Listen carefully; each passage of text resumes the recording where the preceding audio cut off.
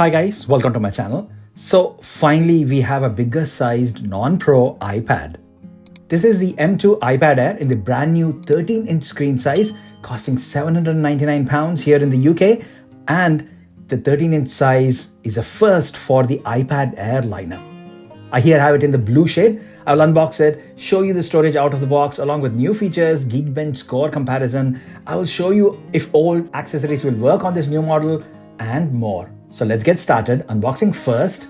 Again, we have thin box here compared to last year's M1 iPad Air, and thin box means that something inside has been taken out. Let's find out.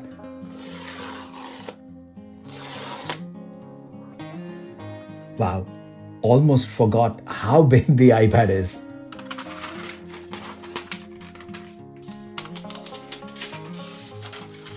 And here we go.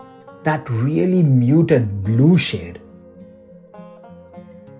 Next, paperwork and no Apple stickers anymore. And look at that, just a white braided USB-C cable, and that's it, nothing in the box. I've seen most of the American versions of the iPads do include a power brick, but not here in the UK. I've recently unboxed the M4 iPad Pro and it doesn't have it, and same with this one as well. Let's look at the iPad. Wow, really huge size. I previously owned a 12.9-inch M1 iPad Pro and felt that it was a bit big for my usage. This feels the same way. You need to be a little more careful handling this thing. Very quick setup, and here we are, iPad Air in all its glory. Now we need to change a few settings first. I need to turn off that True Tone mode. I don't like that. And then we need to change the wallpaper. See, Apple really has got gorgeous wallpapers this time, and I don't know why they don't apply it by default out of the box. So let's do that. And here we are, the brand new M2 iPad Air in 13-inch screen size. Now, let's look around. Everything is as usual. Speaker grills, Touch ID power button, USB-C port at the bottom, and more speaker grills. You do get stereo sound from either sides. That's really good. And then at the back, there is a single 12 megapixel camera with microphone. And on the front, as you can see, the camera is now on the landscape side. The iPad is 6.1 mm thin. Again, not as crazy thin as the 5.0 mm iPad Pro, but it still feels great and maybe a bit less fragile than that Pro due to that incredible thinness which it's got. Weight of this 13-inch model comes in at 617 grams. The screen here is 13 inches diagonally, well 12.9 actually, and it comes with a resolution of 2732 x 2048 pixels at 264 ppi. It's an LCD panel, not the crazy tandem OLED like what you get on the iPad Pro, but it still is pretty gorgeous and vibrant. As you can see, the colors do pop and you get an amazing experience viewing content on this screen.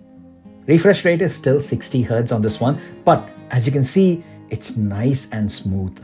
iPad OS really keeps everything running smoothly, and even without a higher refresh rate display, you still get a very decent iPad experience on it.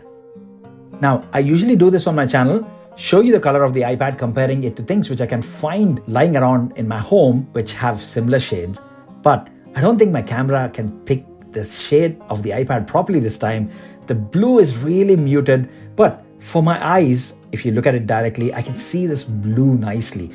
I mean, it doesn't appear silver all the time. I can certainly see the hints of blue from every angle. Geekbench scores next. This iPad has M2 processor paired with 8 gigs of RAM, and I here have my M2 iPad Pro, and if you can see, the scores are similar. They're a bit tad lower on the iPad Air, both in single core and multi-core as well as GPU benchmarks, but I don't think this will make a huge difference. The M1 iPad Air from last time was as it is an overkill, and this M2 iPad Air shall really handle all the tasks which you throw at it without any issues. Screen comparison wise, here's my 10.9-inch M1 iPad Air and the 13-inch M2 iPad Air. I'll make a video soon showing you all the benefits and disadvantages of having a bigger screen iPad, so please stay tuned for that. Cameras wise, The back is the same 12 megapixel shooter which we saw on the old iPad Air, but the front one now has moved to the landscape side, and that makes perfect sense for all your video calls. The resolution is still 12 megapixels. It's an ultra-wide camera with center stage support.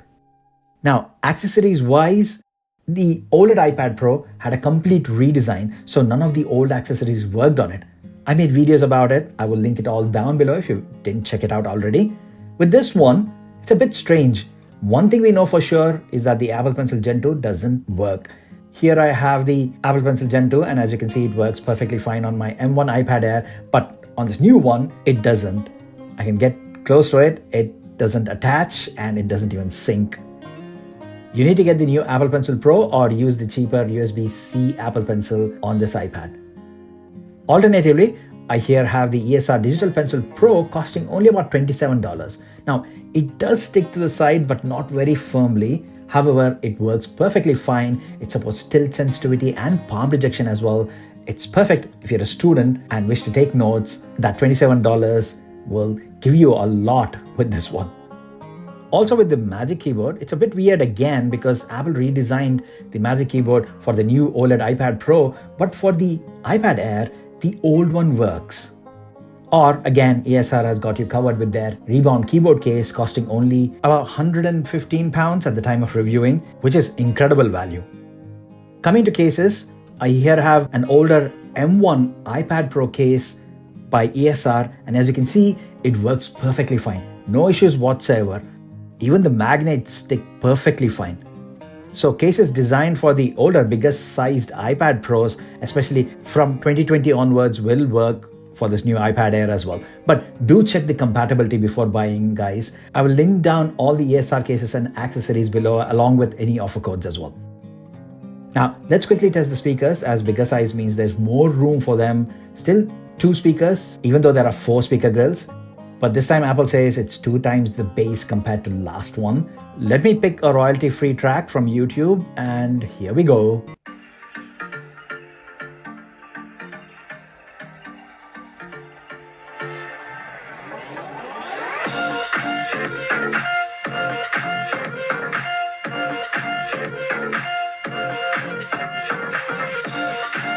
It sounds really nice. And for a video with voice, let's pick one of my videos. And the box is very thin. Look at it in comparison to last gen's M2 iPad Pro. A thin box means only one thing. Let's find out. Again, really nice. You can just rely on the internal speakers and enjoy your content. Also new this time are support for Wi-Fi 6E, and we will only have eSIM on the cellular version. No physical SIM tray anymore. So that is the 13-inch M2 iPad Pro, guys. More videos will follow soon. So please do support me, like this video, do subscribe. I will bring much more interesting content to you guys. That's all for the video. If you stayed until the end, comment down M2 iPad Air below and I'll certainly heart those comments. I'll see you soon in the next video. Bye for now.